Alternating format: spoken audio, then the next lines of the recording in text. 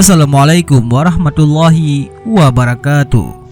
Sahabat YouTube Bang Raju Channel yang dirahmati Allah, di kesempatan ini kita akan membahas tentang Karomah Sunan Kudus, Panglima para Wali.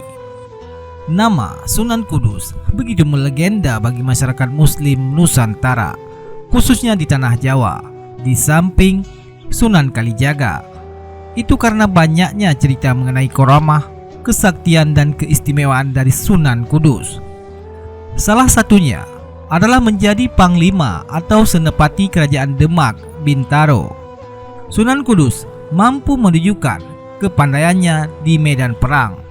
Sunan Kudus adalah putri Sunan Ngudung atau Raden Usman Haji dengan Syarifah Ruhil atau Dewi Ruhil yang bergelar Nyai Anom Manyuran binti Nyai Ageng Malaka binti Sunan Ampel.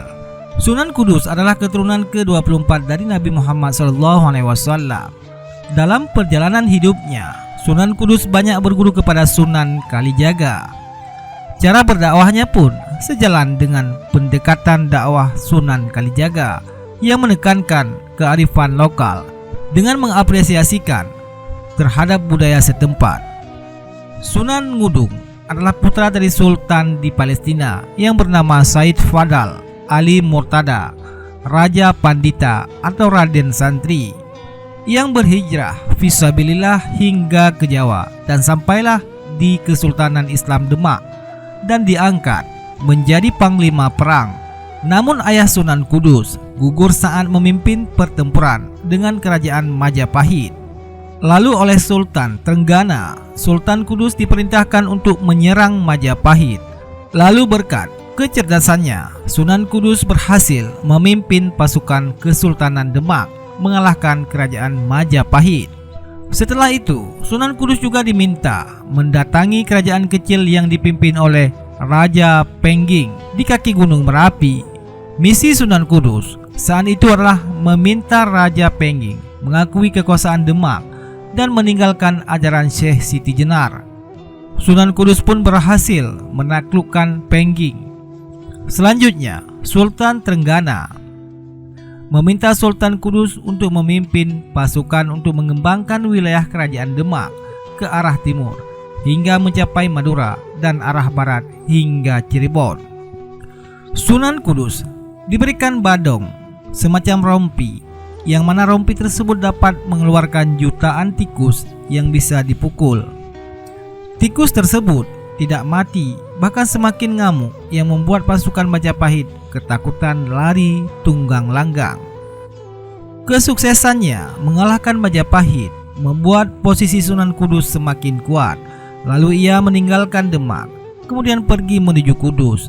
Namun kedatangannya di Kudus tidak jelas. Ketika ia menginjakkan kaki di Kudus, kota tersebut masih bernama Tajuk.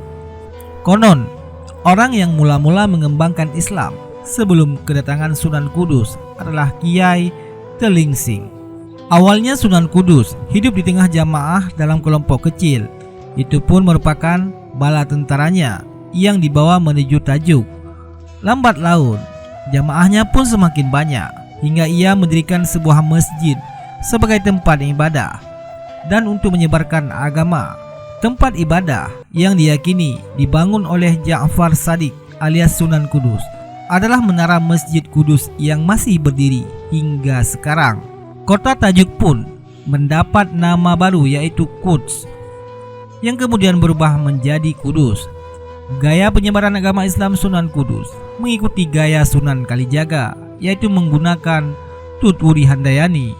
Artinya Sunan Kudus tidak melakukan perlawanan keras, melainkan mengarahkan masyarakat secara perlahan. Cara berdakwahnya pun mengikuti gaya Sunan Kalijaga, yaitu menoleransikan budaya setempat, bahkan cara penyampaian lebih halus. Itu sebabnya para wali menunjukkan dirinya untuk berdakwah di kota Kudus.